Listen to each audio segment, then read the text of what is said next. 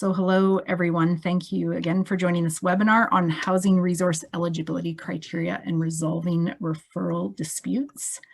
My name is Marie Morrison. I am the Director of Built for Zero Canada with the Canadian Alliance, and I am your host for today. And I am joined by our presenter, Iain Jong, CEO and President of OrgCode. And you know him as most would know him, but just in case you don't, he is a leader, an edutainer, a coach, a consultant, a researcher, a blogger, a positive disruptor, and a relentless advocate for social justice. And you may or may not know, he's advised the federal government in the development of coordinated access under Reaching Home, and he is a partner with us in by name list and coordinated access training and technical assistance. So we're super thankful to have Iain here with us today to present on this topic. The Canadian Alliance leads a national movement of individuals, organizations, and communities working together to end homelessness in Canada. And we are funded in part for the training and technical assistance for by name listing coordinated access, in part by the Government of Canada through the Community Capacity and Innovation stream of Reaching Home.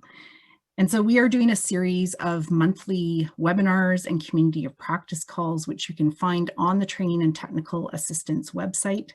And you'll also see there's the archive for all the past webinars and calls that we have had.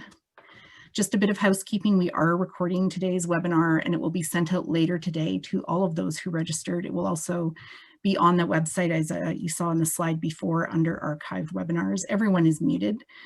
Please use the chat and ask questions throughout, and we will save the questions for the end and come back to those at that time.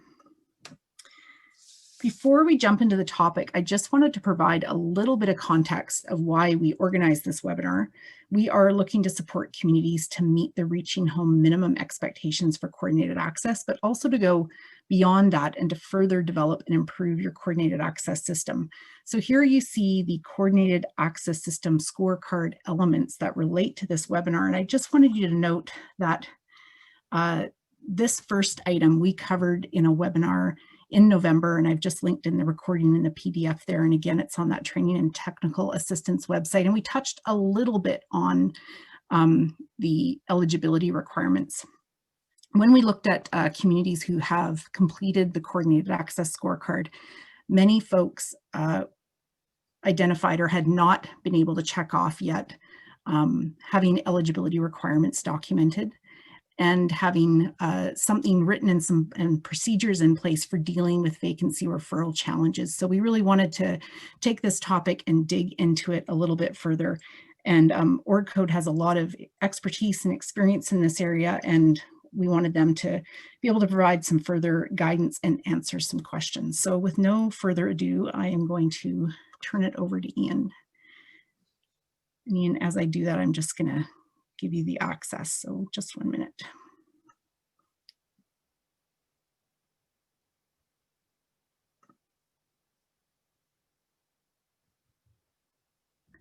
Okay, you now have the mouse.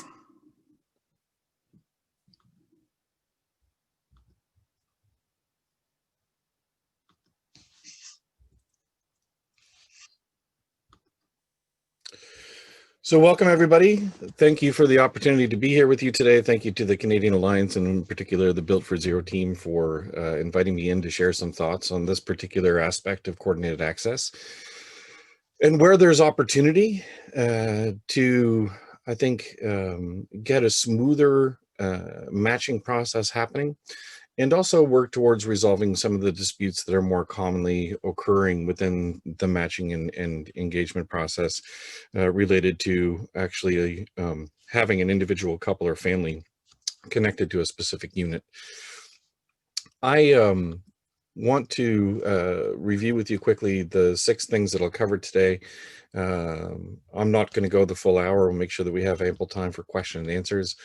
But I do want to go a bit back to basics of revisiting the aim and mapping eligibility criteria, because sometimes the particular issues in a community are a direct result of improvements that can be made in terms of how we get an inventory of available housing and case management related type resources and eligibility criteria.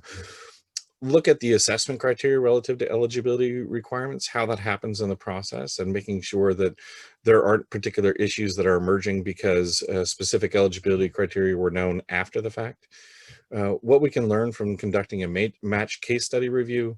I want to present or outline for you how to present housing resource opportunities to the matching table, and then identifying different types of referral disputes and potential ways to work through them. And then for those of you who are coming at this work from the perspective of funders, contract levers for housing resource and appropriate matching. So let's start with revisiting the aim and mapping eligibility criteria, and in particular, what that means for making improvements to this process. So it can be helpful to have a community conversation.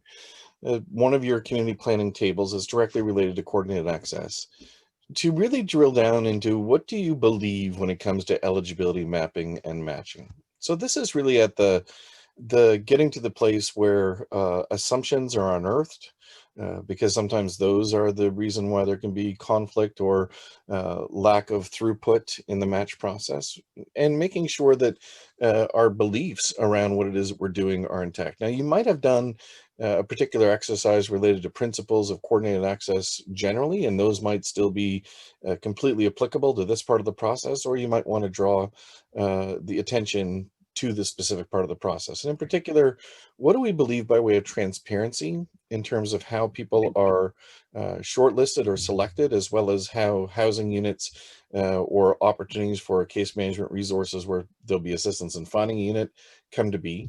What do we believe by way of objectivity? Or another way of looking at it is, how do we consider data that might be more subjective in nature? So more of the I feels rather than my facts. Really want to make sure that we're highlighting that there's still choice for service users in this process, and that we are not doing any sort of matching that happens to people or without an understanding of the service user of how they feel about the prospective match, and the ability to say that they don't want a prospective match, and how we create more matches. Something about whether or not we're looking at examining how we tweak and change our housing resources to meet the needs of people rather than trying to change people to meet the needs of housing resources. I'll say that this is a particularly important aspect as we look at who's not being well served through coordinated access at the current time, where are we experiencing some bottlenecks and throughput, as well as whether or not the units that are becoming available actually are meeting the needs of people on the by name list. And then who makes decisions and who has the final say in the matching process? Is it the matching table? Is it the housing resource? And none of that takes away the choice of the service user, but in particular on the matching, if a program participant actually wants a particular resource, so I'm not suggesting that we take away their voice, but who has the final say in the process? Is it a system manager? Is it a funder? Is it the housing resource? How does that actually work through? So when your community went through a service mapping exercise to understand all the housing resources available in your community, or at least I hope that you've gone through that particular exercise as one of the cornerstones for doing coordinated access well, it's important that we know every single eligibility requirement. And I'm going to run through a list of the most common ones in just a few minutes here, but it's really important that we distinguish between what is an eligibility requirement and what is a specific preference. So preferences are sometimes those unwritten aspects that influence decision making that were not transparent and may not be objective. I'll give you an example. A housing provider says, listen, we'd love to take Iain, except we are already serving 6 people that are living with some rather profound service needs right now. And when we look at what Iain is, where Iain's at, we just don't feel we can provide the level of support and attention that Iain might require. That's a preference as opposed to an eligibility requirement, unless it was actually codified in some way that they experience thresholds of service that they can't exceed over time. Otherwise, we're talking about preferences. We want to make sure that this information is transparent. It's known to organizations that are trying to find housing solutions or working with people in finding housing solutions through coordinated access. And then we also want the criteria to be made transparent amongst and across housing resource providers. And we also want to make sure, and this was on part of the scorecard that Marie showed in terms of an advanced concept, that if we are getting housing resources that are not funded through the system of care into this mix, that we want to continue to try and improve upon the availability of those housing resources, but also need to fully appreciate and respect that if they're not funded through the system of care, they might have completely different eligibility criteria or service orientation or philosophy than the work that is happening through coordinated access.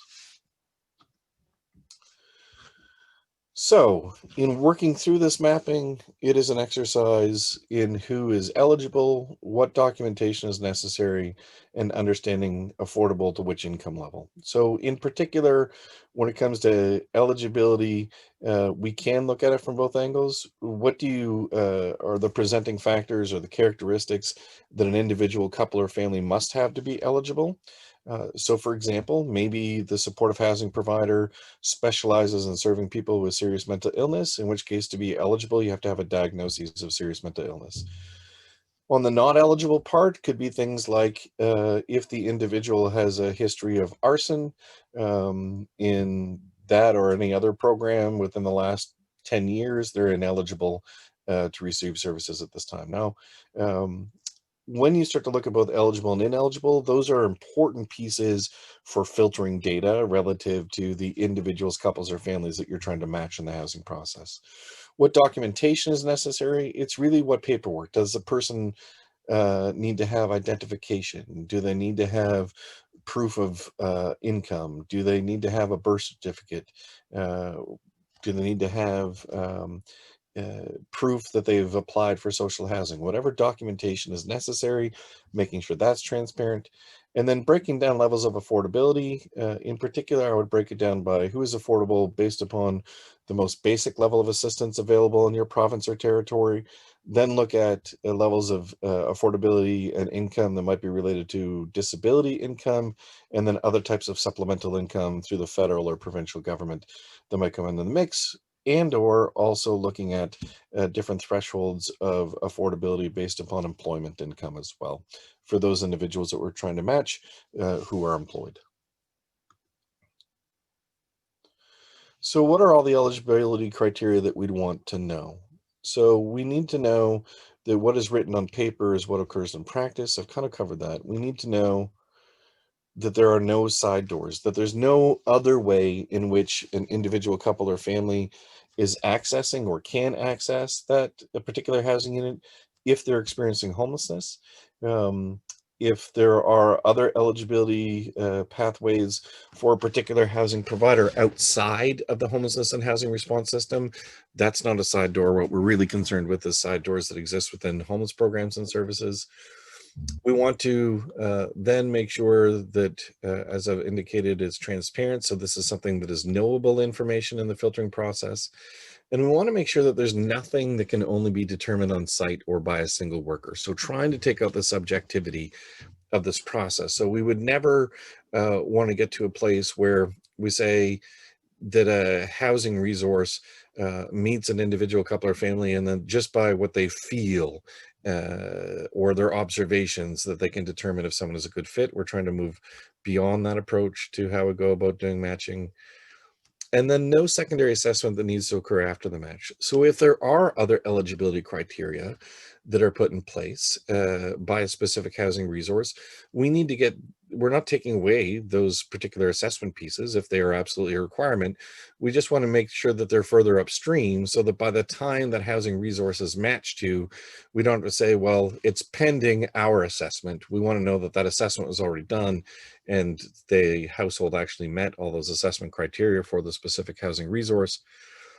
And then the other factor that comes into all this is there will be some households that are barred, banned, or service restricted, or trespassed, or whatever language you use in your local context, that essentially says, even if you matched a person to, let's say, housing provider A, the truth of the matter is that individual lived in housing provider A 3 years ago. They created all sorts of damage, and they have been told that they're no longer eligible for that resource in the future by that housing provider. We don't want to match anybody that can't actually follow through once the match is made. And so if there was a barring, service restriction, trespass, etc., we want to make sure that that is known about in advance, so we're not connecting people who couldn't be served by the particular resource. So in particular, what do we need to know? We need to know basic details like the name of the program, who the contact person is, where the housing resource is located, and if it's a scattered site approach, indicating that. The type of program, units, scattered, congregate, rent, fees, all those pieces relative to affordability we need to know for particular programs. And if it is like rent geared to income, knowing that.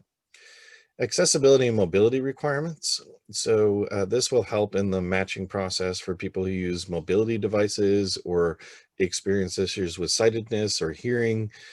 They may need accessibility features within their housing. So if those are available, we need to know for the individual to be matched, whether or not those are actually available within the housing resource. Types of households served, and in particular, if they serve families, some housing providers have put limitations on size of families they can serve. And then the other sometimes limiting factor, depending upon the housing resource, is whether or not they serve women who are pregnant. And that household size might increase. So we need to know if they're going to serve those types of households. And other types of homelessness served. So this is usually where they specialize in serving people, for example, who have experienced chronic homelessness or domestic or intimate partner violence or unsheltered situations or youth or older adults or indigenous specific resources, so that we know what type of homelessness, if there are specializations particular to the housing resource. We also need to know if they have any conditions preference. So do they require or prefer that people have mental illness or a substance use disorder, or that they are sober, or that they are medication compliant or chronically ill, anything related to those elements? What types of legal issues or criminal history they'll serve people with. So they serve people with warrants, probation, parole, sex offenders, arson, all of which can impact the matching process. Whether or not there's income or employment requirements of any sort beyond our understanding of affordability. And then all other eligibility requirements. So if someone can't get access to housing, if they've ever been evicted from that property in the last 3 years, like that's the sort of thing we need to know. Arrears, mandatory program participation, frequency of service access, pets, anything about sustainability being a requirement, and anything that would automatically make someone ineligible other than the things that I've already described. So that's generally the lay of the land of the information that we want to make sure is collected in advance of doing the matching process, so that when a unit becomes available, or when a case manager or program becomes available and will assist the household in finding a scattered site unit, we know right up front that we can only filter candidates, people experiencing homelessness, that meet the eligibility requirements of the housing resource. We don't want to use our matching tables as a place to get people to kind of bend the rules. In particular, we want to use data to kind of filter, to at least shortlist candidates for this particular part of the process. And we want to make sure that it's about facts and not feels. So this is where we're talking about eligibility requirements over preference. If someone is not considered a match, there has to be a rationale that's defensible, that we would also want to make transparent of why they were denied a particular housing resource. And that's not to say there aren't some times where the match isn't proper. There are definitely times when the housing resource is right to say that they don't serve a particular type of household, or that they don't have the skills or the funding to deliver a certain type of intervention if that's not part of who they are and that's not their eligibility criteria. So we learn from these rationales, and the more that we collect information from why people are denied, the more that we can improve our processes and our matching moving forward. So how do we do the service mapping? Just to tie a bow on this part. One approach is to do site tours. So that is someone in a planning position who will go to all the different housing resource opportunities, learn what they are doing, in particular relative to eligibility, screening, intake processes. You could do a survey of providers. That can be a bit cumbersome just in terms of the volume of data that you need to collect in that survey, but it is possible and can be done, especially in medium to large size communities that might have many different housing resources and organizations that deliver housing resources. And then you could also do it at a planning table or convene a specific meeting or committee to get this particular piece of information. Next up, I want to briefly discuss examining the assessment criteria relative to eligibility requirements. So assessment will always be more than any tool that might be used.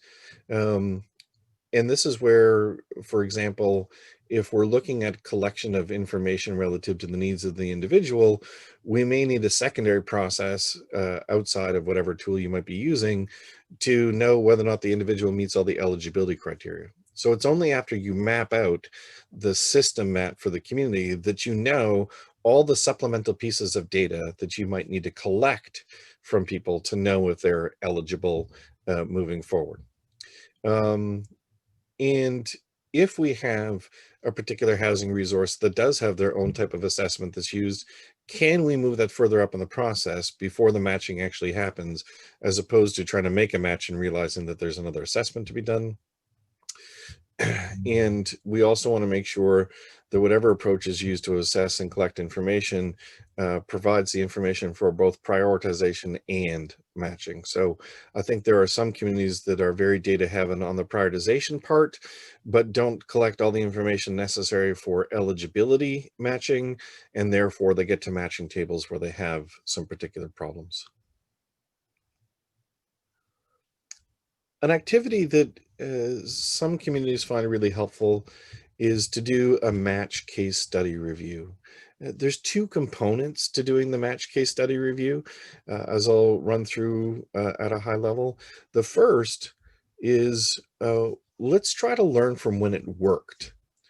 So pick 5 to 10 instances. It doesn't have to be a huge exhaustive process where generally feeling the housing resource and the homelessness service provider both agreed were a good fit. So that individual couple or family went through the process of coordinated access, got matched to a housing unit, received housing, and all parties said, yep, that worked. The key parts are what can we learn and replicate from what works. So it really drives to these 4 questions. Why do you think this match worked? Let's get that information from both perspectives, the homelessness service providers and the housing resource.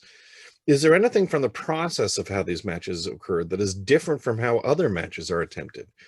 Anything we did in these instances that we didn't do when it did not work? In other words, did we add something or change something or subtract something in this process that actually made it be more successful than other times when we didn't collect that same information or we didn't use the information in the same way? How did we agree that that person, couple, or family was a priority and a good fit? So what are the actual tangible variables or facts that we can point to about what makes it a good fit? And then lastly, if we were to measure what is a good match and when a candidate is not a good fit, what would we look at and why? So using these positive examples to increase our understanding of, okay, what can we measure here? And how would we apply that to instances where things didn't work? So I will always start these sorts of discussions by focusing on the positives first and the lessons learned from when it was positive. And I really want to make sure that these weren't just happy accidents, that there was something that was done that can be taken away, that can be replicated to improve the process moving forward. As you might expect, in addition to learning from when it worked, we should learn from when it didn't work. Same sort of idea, 5 to 10 instances from matches that either the homelessness service provider and or the housing resource felt wasn't a good match. So it could be from either or both perspectives, important. And then structure a community conversation that focus upon what's learned and what we can improve. So why did this match or housing not work? Based upon what did not work, is it isolated to this particular household, or are there issues with assessment, documentation, matching, or housing that occurs with other households in the same way? Is there anything attempted from the process of how these matches occurred that is different from how other matches are attempted? How do we agree this person, couple, or family was a priority and fit? Where did we go wrong? And if we were to measure, what would we learn? When we look at both when it's worked and when it hasn't worked, we should be able to note some fundamental differences in things like processes, or in the way that we did documentation, or how that household was presented to the matching table, or what questions were asked of a housing resource prior to the match actually happening. It's these sorts of things we want to learn. And it's not to say that, and I want to be really clear about this, the household has done nothing wrong. It's up to us to figure out how to improve our processes, our approach, our matches for households, rather than blaming households when this doesn't work. So let's, for example, if we learn information after the fact that wasn't known during the match process, that impedes the ability of the housing resource to be successful moving forward, well, it could be that there was an opportunity to collect that information earlier on, and if we had, it would have been successful, or more successful. But there's also instances where the housing resource gathers or gains new information about a household after they've been matched that would have been impossible to gather, or we had no process to gather, no types of structured conversations to gather prior to that actual matching occurring. Presenting prospective matches to the housing resource. Okay. A short list of candidates with a matching discussion. So what we're really getting at this is one approach to matching that doesn't try to match a specific individual couple or family to a specific unit, but instead says a short list of candidates will be brought to the matching table. So we know that a housing resource is becoming available. That's been made known in the matching table. That's why we're having the matching meeting. We know that it's one unit. We know the eligibility criteria. We go through our list of prospective people, and we filter our data to know which people meet those eligibility criteria and which people we are trying to prioritize as a community for housing resources.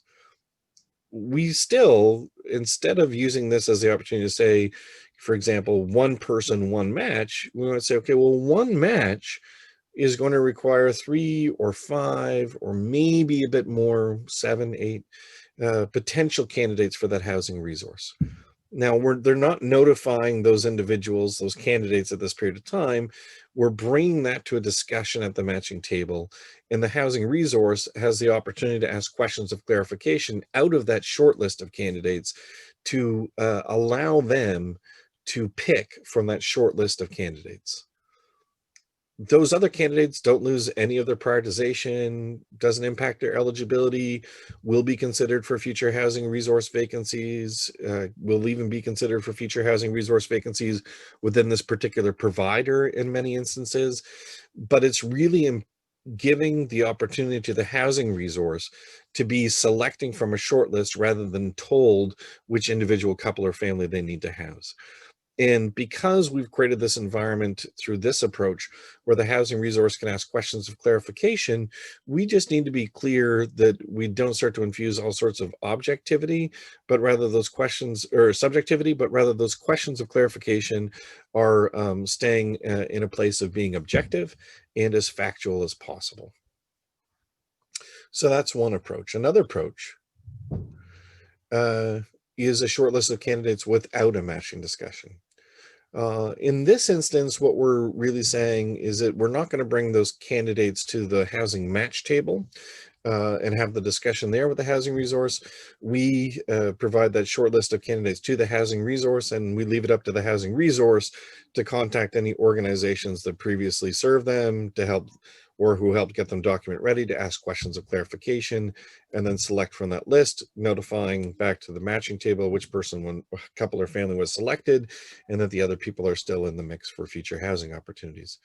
Between these two approaches, I think that especially as your community is really starting to take off with coordinated access and is troubleshooting and problem solving and learning and improving and staying committed in that space, it might make a lot more sense to do this first approach, a short list of candidates with a matching discussion, as opposed to just providing the short list of candidates to the housing resource, if only because we can learn about process improvements, eligibility details we need to be capturing from everybody that we might not currently be capturing, the sort of conversation that is occurring, and making sure that it's objective rather than subjective in that process.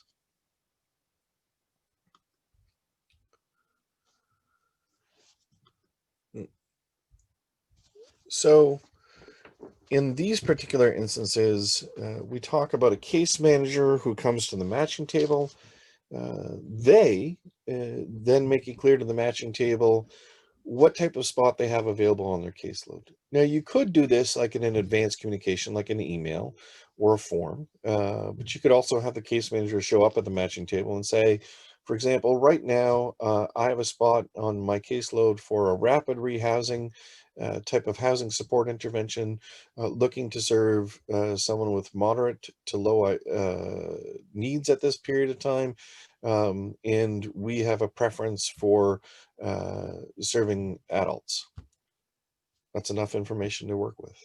Be very different from the case manager who comes who says, we serve older adults above the age of 50, or another service provider who says we have a spot to assist people with serious mental illness right now. I mean, lots of different types of case management programs. So instead of trying to go by memory, having a bit of a matrix sorted out, or the opportunity for the case manager to come and outline what type of spot they actually have available. Then, like before, the match table presents potential candidates for the spot that is available based upon local priority. So filtering in real time within those meetings to come up with that short list. And then we have the case manager and the matching table having their particular discussion, fact-based, clarification. So really trying to focus on matters that are transparent and factual. And then the match is made, or there's an agreement on the case manager. Okay, well, I'll try this person first. And if this person says no, or I can't get a hold of them, this is the second person that I will try. And if I can't get a hold of them, or if they don't want the opportunity, this is the third person that I'll go to, so that we know what the course of action is going to be coming out of these particular meetings. When there's the availability of a unit, as opposed to the availability of kind of more of a scatter site case management approach, we want that representative of the building or supportive housing provider to come there to the matching table, and they will outline what sort of spot they have available and program eligibility. I put here as an example, we have an accessible bachelor unit for someone who's been chronically homeless and lives with mental illness and or substance use disorder. So we have to filter our data and say, okay, we're looking at single adults. That's number one. We're looking for somebody who needs an accessible unit. Okay. We're looking for someone that needs a bachelor or one bedroom. Okay. We need someone who's also chronically homeless. Okay. Now we know who those people are. We also need to know which of those people have a mental illness and or substance use disorder. Okay. Here's our short list of people that need an accessible, smaller unit who are chronically homeless, who have mental illness and or substance use disorder. Here's the potential candidates. And then the representative of the housing unit having the opportunity to ask questions of clarification and engage in discussion. And then the match is made that way, much like the case manager discussion that I just outlined. So in both of those approaches, what's slightly different from before is that we don't have a short list of candidates prepared in advance of the meeting. It's in the meeting that we actually have the resource defined and the filtering happens, which if you have the ability to easily filter your data based upon set known variables of eligibility based upon your system mapping that I talked about towards the beginning of the webinar, it is a relatively painless function, even with everything I described. If you don't have easy ways of sorting and filtering your data, then expect that this will be rather arduous and that you probably want to prepare a short list of candidates rather than doing this in real time within the matching meetings.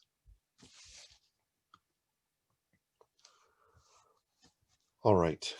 I'd like to focus our attention now on what I think are the main types of referral disputes and how we can go about addressing some of those particular types of referral disputes to either decrease the volume of those types of disputes and or completely eradicate those types of disputes moving forward relative to the matching process. So one of the common types of disputes are data conflicts. And the real piece here is that there's disagreement over the data presented. So people either feel that the data is inaccurate or it's incomplete. And because they believe that the data is inaccurate or incomplete, it means that the result is we don't get great matches. So how do we go about addressing this? Well, we could improve assessment, which again is more than a tool. It can include all those other pieces that we need to know about understanding a specific person, couple, or family's condition to be eligible. We could look at improving eligibility data and how we collect and sort that data. We could change the matching approach so that there's confirmation of known data and discussion of incomplete or potentially incorrect data. So change the matching approach so there's confirmation of known data really means that there's some sort of vetting or review process of the data prior to the match being made at the matching table, and or the individual couple or family might still be presented at the matching table, but transparently indicating here's the data that is incomplete, or here are pieces of data that the worker who has assisted them may dispute or have questions with regard to, but has no way of confirming at this point in time the accuracy of this information. An example of that, for example, is related to health-related issues. A person might claim that they have a specific diagnosis or health condition. They don't necessarily have documentation associated with that particular condition. The worker who's assisted them doesn't know all the details of that health condition, and yet the housing resource says that the presence of that health condition is an important factor in making a determination of the offer.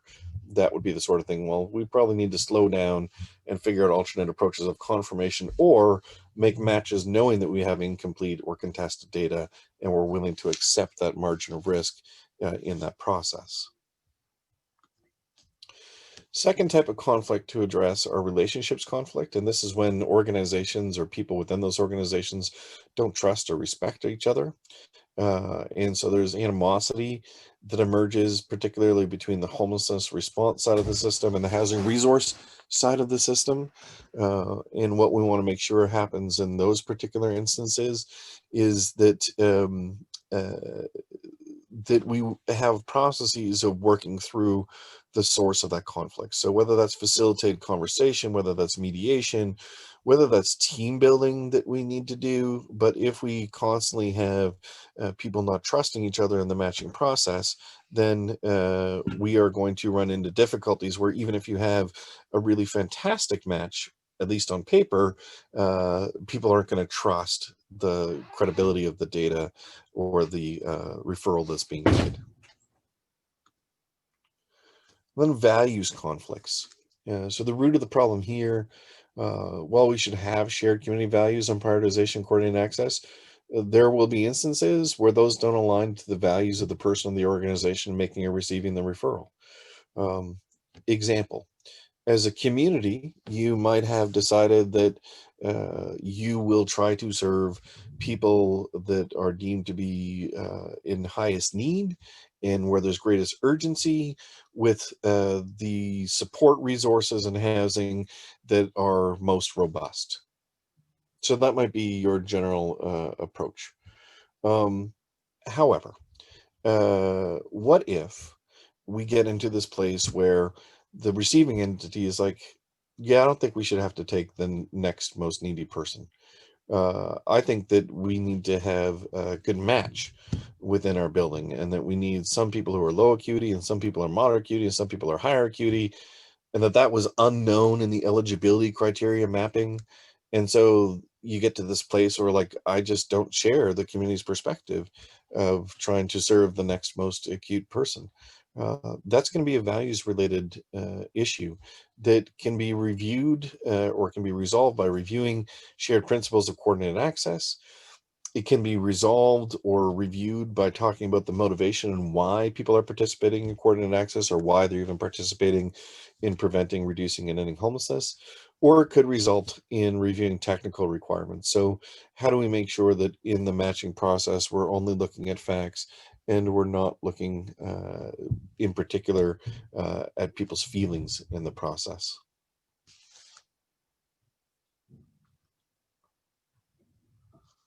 And then sometimes there are real or perceived conflicts of interest. This tends to happen based upon the governance and operation structure that's been put in place for coordinated access in your community. Where this comes up, and again, real or perceived, is if the organization leading the matching also does the assessment and or also does direct service. So why is that an issue? Well, you could have assumptions that the assessments are incorrect. You could have impressions that the housing support provider never matches higher acuity participants to themselves. In other words, they keep all the people that have lower acuity to themselves and farm out or match people who have higher needs to every other provider, or impression that errors are made. And sometimes we can go back to values conflict, assertions that even some of those errors might have been deliberate. So how do we fix this particular type of conflict and the problem? We could make the organization leading the matching a neutral third party. So take out the person who's also doing assessments or also providing direct service from also leading the matching. Or we could create clear delineations between parts of the organization that lead match and parts of the organization that do the assessment and or direct service. So think of them as different departments. Yes, they might work for the same organization, but they do different things. They're almost like separate organizations within an umbrella organization. So that might work as well.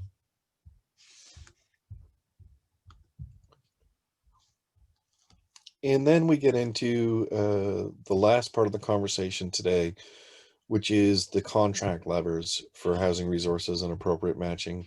And I would say, just by way of preamble, this is probably going to be further down the list of remediation approaches to address problems with eligibility or matching or disputes. I think most instances we don't have to go to heavy-handed contract language. We can resolve most instances through dialogue and coming to an understanding that may need to be documented, but dialogue and understanding.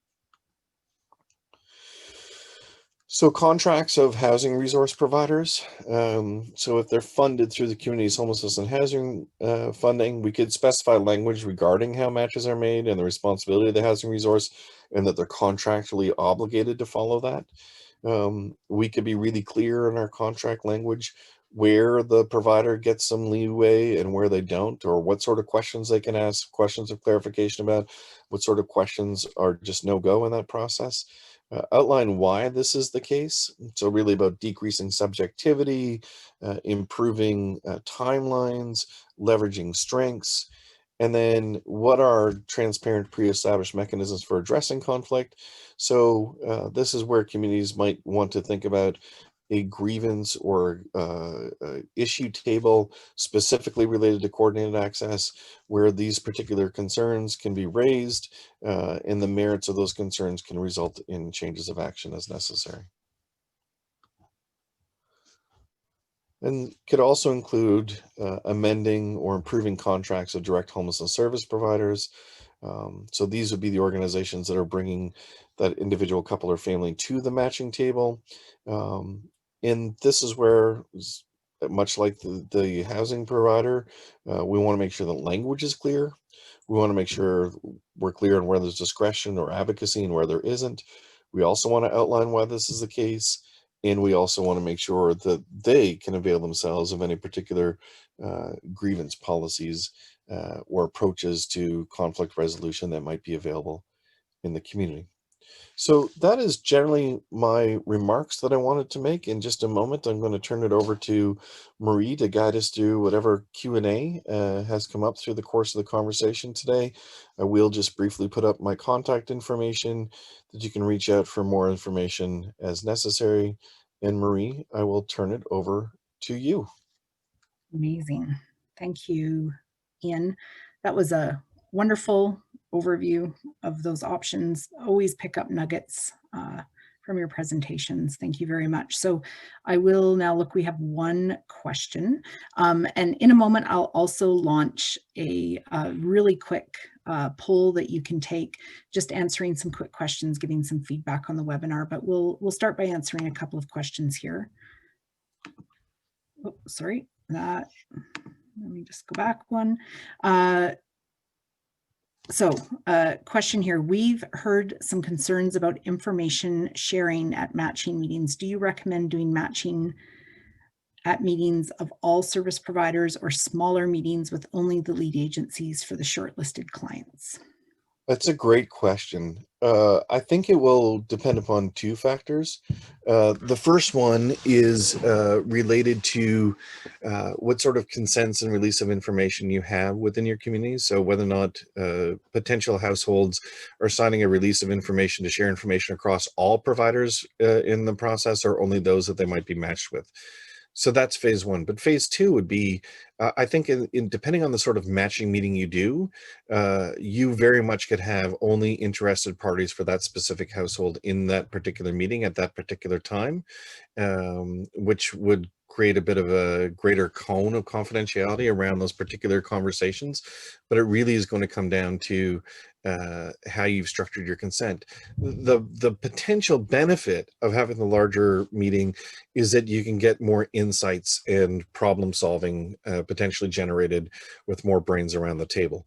The downside is that you can have a lot more subjectivity, and organizations that might have previously worked with the person who aren't providing factual insights, they're providing opinions relative to what they think is valid or invalid for consideration in the matching process. So my preference would be to keep things small as opposed to really large, to really contain it, especially if we're going the short list of candidates road.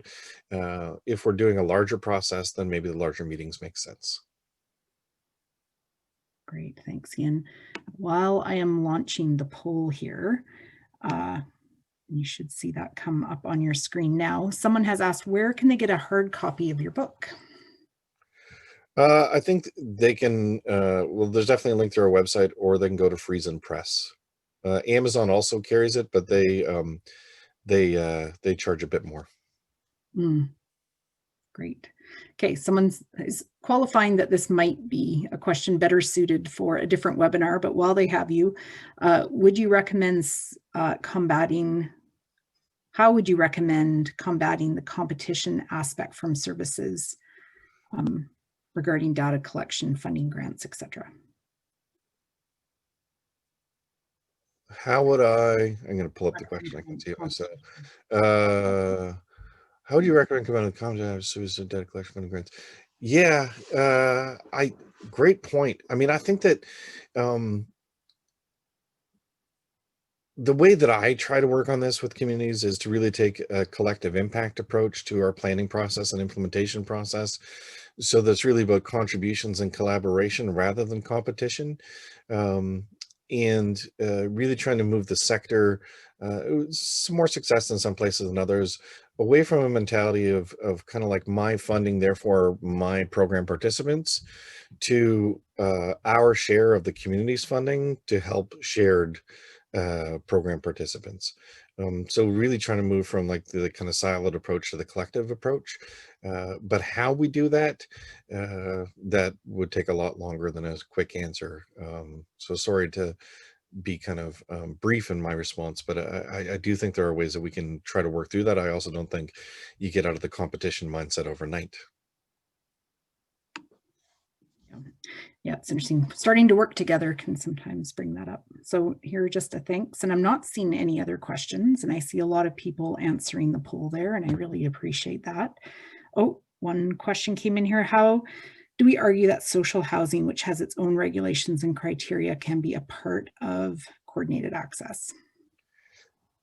I think that the one that I love here is the ability to look at some communities that have done some good job in integrating social housing into their coordinated access. And I also think that this will come down to whatever priorities and modified chronological access are in place by way of policy for social housing in a community. And that's usually the first step. So for example, if there is a homelessness preference, or if there is a preference for people who are chronically ill, as two examples that are sometimes used that can also be combined when we look at our list, by name list, and can identify people that meet those criteria for specific social housing units and then assist them in that process. But the communities that have done a better job in that one have been able to get social housing around the table earlier on to make some of those changes to the modified chronological access or processes of engagement for taking people off the list. But I'd say that's been relatively small scale across the country, and there's more work to be done there.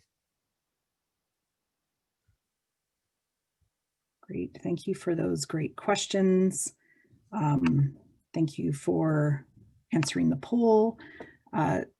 Thank you for joining us today. And Iain, thank you very much for your presentation. I'm also just giving some contact information at the back of this presentation. And as we said before, it has been recorded, and we will be sending this out to all those who registered. And one final question, Iain, before we wrap up. Any thoughts on how to deal with the overlaps when social housing or other providers have a non-BNL by name list stream for people who may or may not be homeless, as well as some units for coordinated access? So folks who have a mix of both, dedicated to the coordinated access process and not. Yeah, that's what I was saying. The part I was making earlier was it's not a side door if things like social housing have opportunities to house people through a bunch of different mechanisms. It doesn't have to be through coordinated access. So it's really about knowing that if we have a proportion of units dedicated or a set allotment of units that are coming our way through social housing, that those are exclusively used for by name list and can't be used for others. So it's really about seeing what they can carve off or what they will dedicate for this process, rather than trying to get them to completely change their entire process to exclusively take people from the BNL. Great. Wonderful. Well, again, thanks everyone for joining us, and we'll sign off and turn you back to your rest of the day, and have a good rest of your day. Bye now. Thank you so much for having me. Bye.